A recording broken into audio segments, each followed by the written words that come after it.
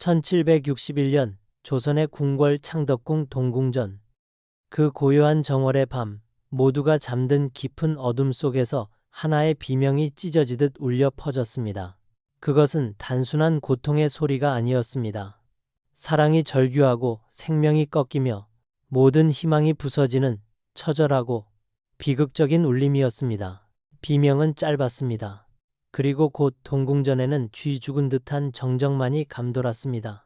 달빛조차 두려워 숨어버린 듯한 차갑고 무거운 침묵. 그 침묵 속으로 핏물이 스며든 옷자락이 희미하게 보였습니다.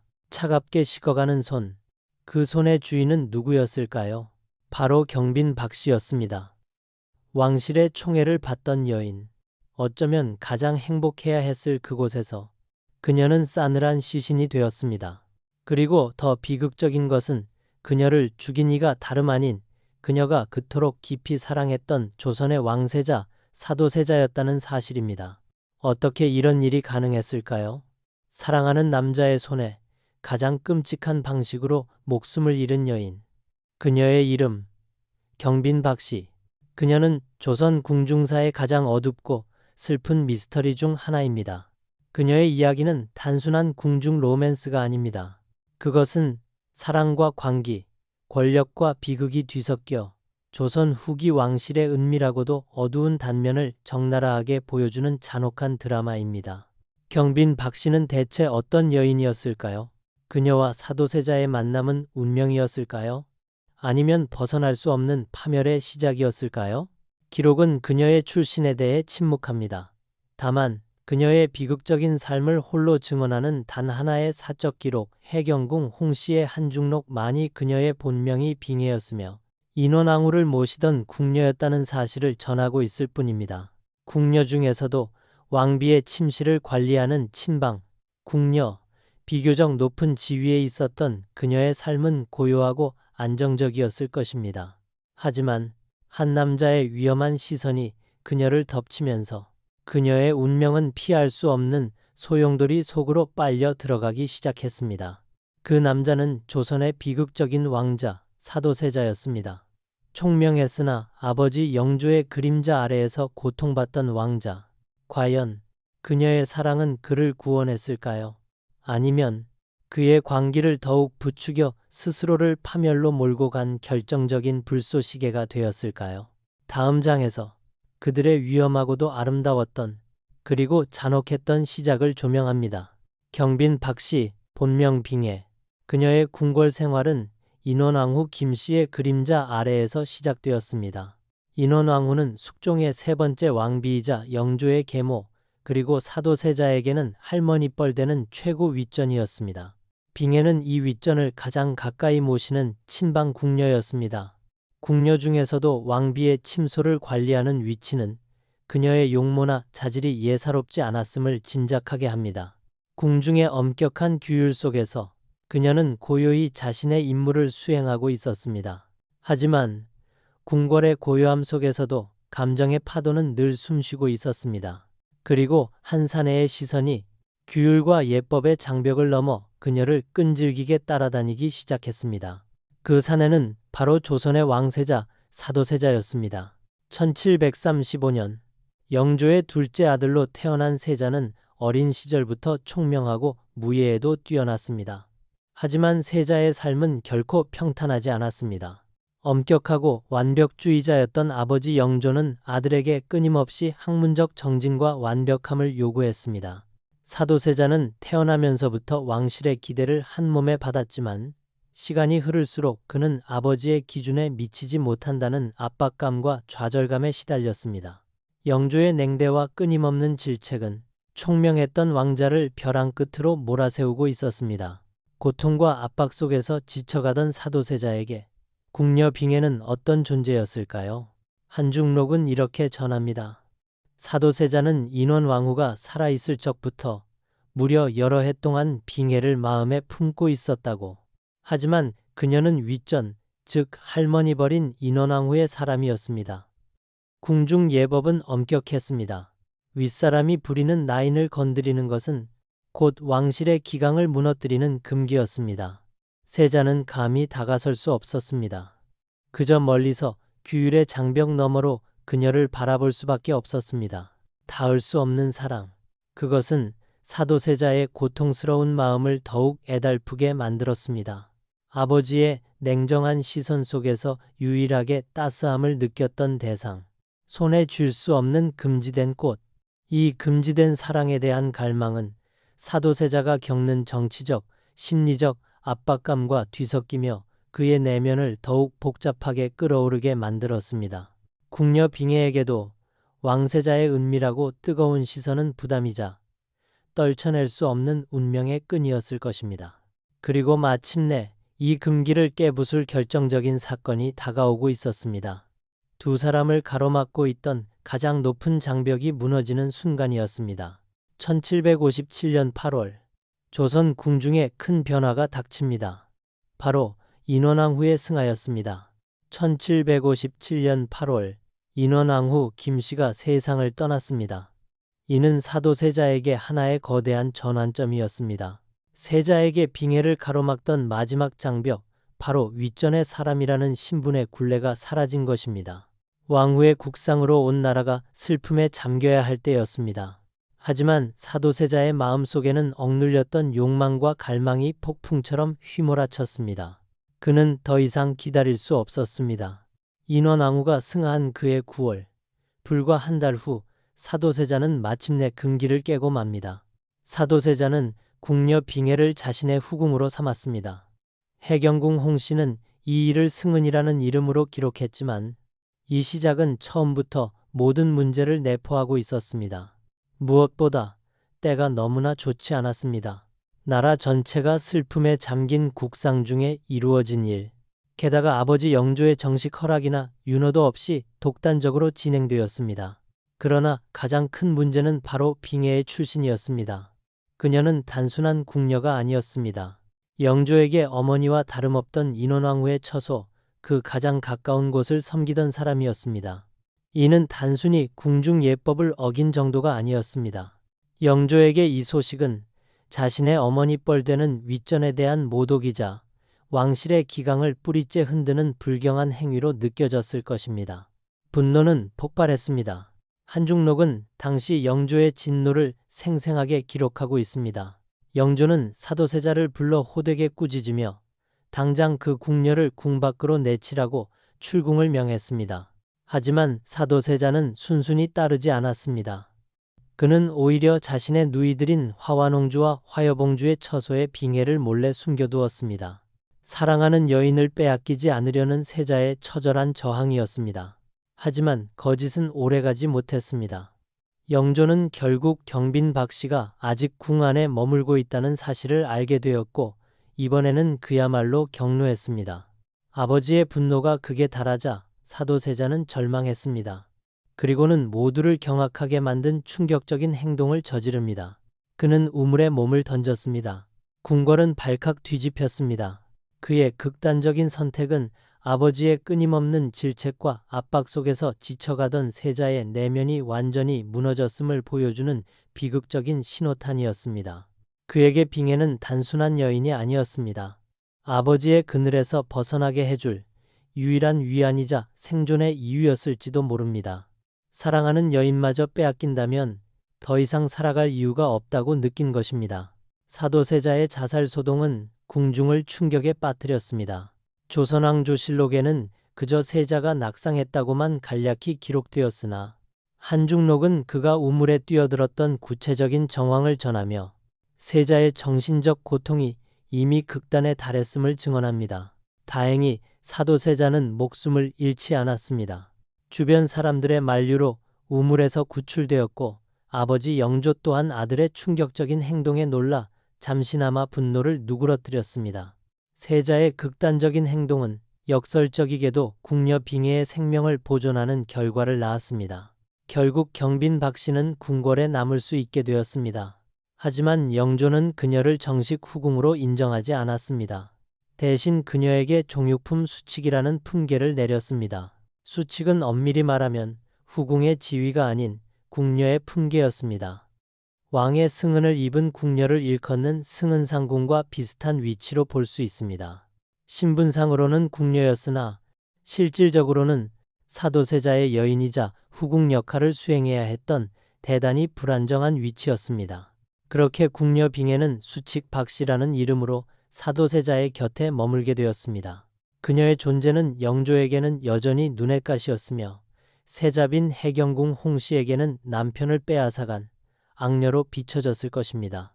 하지만 사도세자는 그녀를 지키기 위해 자신의 목숨까지 걸었습니다. 그들의 사랑은 깊고도 특별했습니다. 사도세자는 경빈 박씨를 총애했습니다. 그녀와의 사이에서 2명의 자녀가 태어났습니다. 1759년에 아들 은전군이, 1758년에 딸 청근현주가 태어났습니다. 세자는 경빈 박씨와 그 자녀들을 무척이나 사랑했습니다. 문제는 이 지극한 총애였습니다. 사도세자는 경빈 박씨를 위해 호화로운 처소를 꾸며주었는데 이때 자신에게 할당된 돈을 넘어 내수사의 돈까지 끌어다 썼다고 합니다. 해경궁 홍씨는 한중록에서 그녀의 방이 호화로워 꼴을 갖춘 세간이 없더라고 기록하며 경빈 박씨의 사치를 지적하고 그녀에 대한 부정적인 시각을 숨기지 않았습니다. 남편의 총애를 독차지한 여인, 그 여인 때문에 남편이 아버지의 노여움을 사는 상황. 해경궁의 시각에서 경빈 박씨는 고운 시선으로 보일 리 만무했습니다. 궁궐의 암투 속에서 그녀는 세자의 사랑을 받았지만 동시에 수많은 질투와 시기 그리고 윗전의 불편한 시선을 감당해야 했습니다. 세자의 지극한 사랑은 그녀에게 권력이자 동시에 언제 터질지 모르는 위험한 시한폭탄과 같았습니다. 그리고 이 시한폭탄은 세자에게 찾아온 무서운 병증과 함께 카운트다운을 시작하게 됩니다. 1750년대 후반 사도세자의 삶은 아버지 영조와의 해묵은 갈등과 정치적 압박 속에서 점차 파국을 향해 치닫고 있었습니다. 그리고 그의 내면적 고통은 마침내 겉으로 드러나는 병증으로 나타나기 시작했습니다. 그것은 바로 의대병이라 불리는 이상 증세였습니다. 세자는 옷을 입는 것을 극도로 싫어했습니다. 특정한 옷을 거부하는 것을 넘어 아예 옷을 갈아입는 행위 자체를 거부했습니다. 한중록에는 사도세자가 입고 있는 옷이 다해져서 너덜너덜해질 때까지 갈아입지 않고 버텼다는 충격적인 기록이 남아 있습니다. 현대의학의 관점에서 보면 이는 지속적인 스트레스와 압박감, 그리고 아마도 유전적 요인까지 겹쳐 발생한 강박장애나 정신분열증과 유사한 정신질환의 증상으로 해석됩니다. 하지만 당시 조선 왕실은 이를 단순히 세자의 방탕함이나 비행으로 치부했을 뿐 적절한 치료법을 알지 못했습니다. 세자의 정신은 골마가고 있었습니다. 그리고 이 병적인 증상은 시간이 갈수록 더욱 심해졌습니다. 세자의 가장 가까운 곳에서 그를 모시던 여인, 경빈 박씨는 이 광증을 누구보다 가까이서 목격하고 감당해야 했습니다. 그녀는 세자의 옷을 갈아입히고 몸단장을 도와주는 역할을 했습니다. 하지만 의대병이 깊어진 세자에게 사랑하는 여인의 지극정성 어린 보살핌조차 견디기 힘든 고통이자 괴로움이 되었습니다. 세자는 옷을 입으라는 강요나 권유를 자신의 존재 자체에 대한 압박으로 받아들였을 것입니다. 더욱 결정적인 비극의 씨앗은 경빈 박씨의 간원에서 싹트기 시작했습니다. 영조실록에는 영조가 세자를 꾸짖는 대목에서 그 사람이 강직하여 너의 비행에 대해 간하다 이로 인해 죽었을 것이라고 언급하는 부분이 나옵니다. 이는 곧 경빈 박씨가 세자를 진정으로 사랑했기에 그의 비정상적인 행동을 지적하고 바로잡으려 노력했다는 것을 의미합니다. 세자가 잘못된 길로 빠지는 것을 막으려 했던 그녀의 충심이었습니다. 하지만 이미 정신적으로 불안정하고 광기에 사로잡혀가던 사도세자에게 사랑하는 사람의 충고와 간언은 부담이자 자신을 억압하려는 또 하나의 족쇄로 느껴졌을 것입니다. 사랑하는 이의 충고가 오히려 독이 되어 돌아오는 잔혹한 운명. 경빈 박씨가 세자를 향한 순수한 사랑을 바쳤던 그 순간부터 두 사람의 비극적인 파국은 이미 피할 수 없는 그림자가 되고 있었습니다. 1761년 정월, 운명적인 날이 찾아왔습니다. 세자의 의대병은 극의 달에 있었습니다. 옷을 입히려는 시도는 세자에게는 견딜 수 없는 모욕이자 통제당하는 압박이었습니다. 가장 가까이에서 세자를 보필하던 경빈 박씨, 그녀는 남편을 달래고 어르고 타이르며 필사적으로 옷을 입히려고 했을 것입니다. 세자의 건강과 명예, 그리고 어쩌면 자신의 생명까지도 걸린 일이었으므로 저하, 이제 옷을 갈아입으셔야 합니다. 몸이 상하십니다. 하지만 그 순간 억눌려 있던 사도세자의 광기가 통제선을 넘어 폭발했습니다. 정신적 질환과 아버지에 대한 분노, 그리고 자신을 이해하지 못하는 세상에 대한 좌절감이 뒤섞여 가장 사랑하는 여인을 향해 끔찍한 폭력으로 분출되었습니다. 한중록은 그 순간을 냉정하고 잔혹하게 기록하고 있습니다. 사도세자는 경빈 박씨를 무자비하게 구타했고 그 자리에서 그녀는 숨을 거두었습니다. 사랑하는 남자의 손에 그녀의 생명은 비참하게 그리고 허무하게 막을 내렸습니다. 그녀의 붉은 피는 동궁전의 차가운 바닥을 적셨습니다. 바로 그녀가 자신의 목숨을 걸고 사랑하고 지키려 했던 남자의 손에 의해서였습니다. 더욱 끔찍한 야사는 세자가 경빈 박씨를 살해할 당시 그들의 어린 아들 은전군에게까지 칼을 휘둘렀다는 사실입니다. 다행히 은전군은 목숨을 잃지는 않았지만 어린 나이에 아버지의 끔찍한 광기와 어머니의 비극적인 죽음을 직접 목격해야 하는 지울 수 없는 상처를 안게 되었습니다. 사랑의 결실이었던 자녀들 앞에서 세자는 가장 잔인한 살인자가 되어버린 것입니다. 경빈 박씨를 살해한 후 사도세자는 어떤 심정이었을까요? 후회, 죄책감. 한중록의 기록은 소름 끼치도록 무감각합니다. 세자는 경빈 박씨의 시신을 닦아주면서 동궁을 모시는 궁녀가 지저분하면 쓰겠냐고 중얼거렸다고 합니다. 이미 광기에 깊이 빠져버린 사도세자는 자신이 방금 무슨 일을 저질렀는지조차 제대로 인지하지 못했을 수 있습니다. 사랑하는 여인을 살해한 행위는 그의 정신 상태가 돌이킬 수 없는 파국으로 치달았음을 명확히 보여주는 증거였습니다. 경빈 박씨의 죽음은 공식 역사서인 조선왕 조실록이나 승정원 일기 어디에도 기록되지 않았습니다. 왕세자의 끔찍한 비행은 철저히 궁중의 깊은 비밀로 묻혀져야 했습니다. 하지만 왕실의 비밀은 결국 윗전에게 가 닿는 법. 이 충격적인 소식은 결국 아버지 영조의 귀에 들어갔고 이는 사도세자 파멸의 마지막 단계를 재촉하는 결정적인 도화선이 되었습니다. 사랑하는 여인을 살해한 왕세자의 끔찍한 비행. 경빈 박씨의 죽음은 왕실의 가장 치욕스러운 비밀이었습니다. 공식 기록에서는 고의로 삭제되었거나 훗날 정조가 아버지 사도세자와 관련된 기록을 정리하는 과정에서 지워졌을 것입니다. 경빈 박씨의 존재는 역사 속에서 지워지는 듯했습니다. 하지만 진실은 완전히 사라지지 않았습니다. 영조 38년 1762년 궁중을 뒤흔들었던 나경원의 고변 사건이 발생했을 때 영조는 사도세자를 추궁하며 이 끔찍한 비밀을 간접적으로 언급합니다. 내가 왕손의 어미를 때려 죽이고 이 짧고도 충격적인 한마디가 바로 사도세자가 경빈 박씨를 살해했다는 사실을 만천하에 드러내는 뼈아픈 증거였습니다. 영조는 모든 것을 알고 있었습니다. 경빈 박씨의 죽음을 알게 된 영조는 사도세자를 불러 또다시 호되게 꾸짖었습니다. 영조는 세자가 경빈 박씨를 얼마나 아끼고 사랑했는지 누구보다 잘 알고 있었습니다. 네가 눈에 넣을 듯이 사랑하던 여인을 왜 갑자기 때려 죽였느냐. 영조의 질문은 세자가 지녔던 사랑의 깊이를 알고 있기에 더욱 냉혹하고 비수 같았습니다. 단순한 방탕함으로 치부할 수 없는, 이해할 수 없는 광기를 질책하는 물음이었습니다. 사도세자는 처음에는 억울하다며 울부짖고 항변했습니다. 자신이 한 일이 아니라고 부정하고 싶었을 것입니다. 하지만 결국 세자는 무너지고 말았습니다. 저에게 광증이 있어 그렇게 했습니다. 이 고백은 사도세자 자신이 자신의 정신적 문제를 어느 정도 자각하고 있었다는 것을 보여줍니다. 하지만 이미 병은 돌이킬 수 없는 상태에 이르렀고 그 첫 번째 희생자가 가장 사랑했던 여인 경빈 박씨였던 것입니다.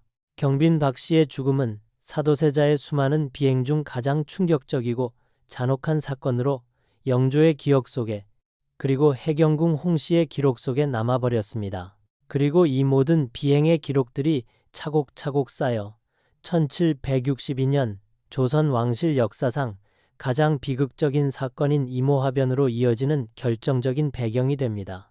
사랑하는 여인을 자신의 손으로 파멸시킨 세자. 그 충격과 죄책감은 그의 정신 상태를 더욱 악화시켰을 것이며 결국 그는 아버지의 명에 의해 뒤주에 갇혀 비참한 죽음을 맞이하게 됩니다.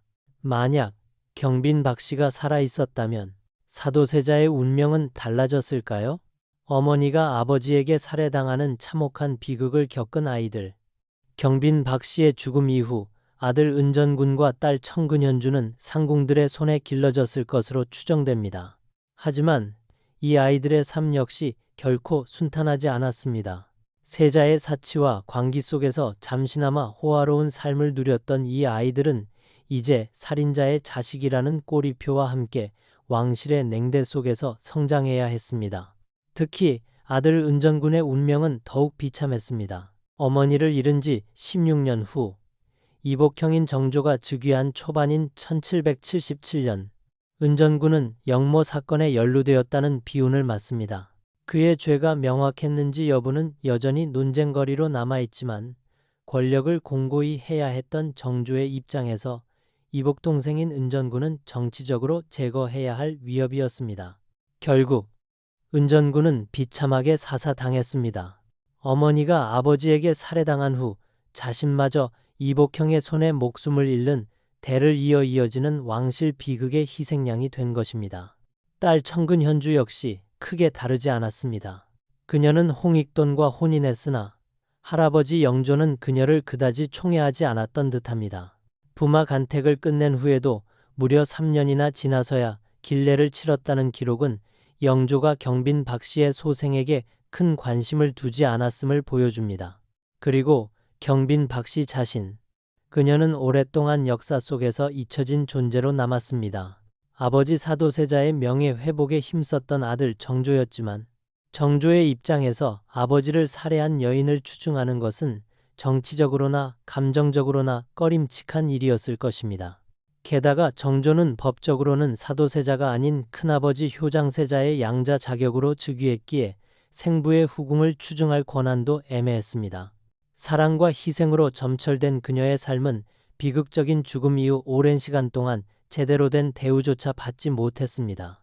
경빈 박 씨가 비로소 자신의 지위를 인정받은 것은 그녀가 죽은 지 무려 140년이 지난 고종시대에 와서였습니다. 1899년 사도세자가 장종으로 추존되면서 경빈 박 씨도 종일품 귀인으로 추중되었고 1901년에는 다시 정일품 경빈이라는 자귀를 받게 됩니다.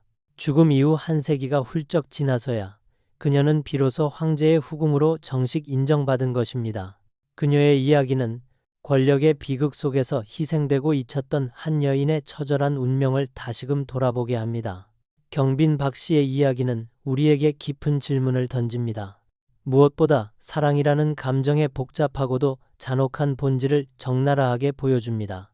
사도세자는 분명 경빈 박 씨를 사랑했습니다. 아버지 영조조차 인정할 만큼 깊고 특별한 총애였습니다. 그는 그녀를 얻기 위해 목숨까지 걸었고 자신의 재산을 탕진하며 호화로운 처소를 마련해 주었습니다. 그녀는 세자에게 구원과도 같은 존재였습니다. 끊임없는 아버지의 질책과 정치적 암투 속에서 지쳐가던 세자에게 그녀의 사랑은 유일한 위안이자 탈출구였을 것입니다. 하지만 그 지극했던 사랑이 결국 경빈 박 씨의 목숨을 앗아간 도구가 되었다는 것. 이것이 바로 이 비극의 가장 큰 역설입니다. 이 비극을 현대의학의 관점에서 분석해보면 사도세자는 명백히 심각한 정신질환을 앓고 있었습니다. 지속적인 스트레스와 압박감, 그리고 유전적 요인까지 겹쳐 그의 정신세계는 이미 붕괴 직전이었습니다. 의대병은 강박장애의 일종이며 다른 폭력적인 행동들은 정신분열증의 발현으로 해석될 수 있습니다. 문제는 시대적 한계였습니다. 당시 조선 사회는 정신질환에 대한 이해가 전무했습니다. 세자의 이상 행동은 그저 광증 또는 폐륜으로 치부되었을 뿐 치료받아야 할 병으로 인식되지 못했습니다. 만약 그에게 적절한 심리치료나 의학적 처방이 내려졌더라면 경빈 박 씨의 비극적인 죽음은 충분히 막을 수 있었을지 모릅니다. 경빈 박 씨의 입장에서 생각해보면 비극은 더욱 가슴 아픕니다. 그녀는 세자를 진정으로 사랑했고 세자가 바른 길로 가도록 필사적으로 노력했습니다. 그녀의 간언은 사랑에서 비롯된 충심이었습니다.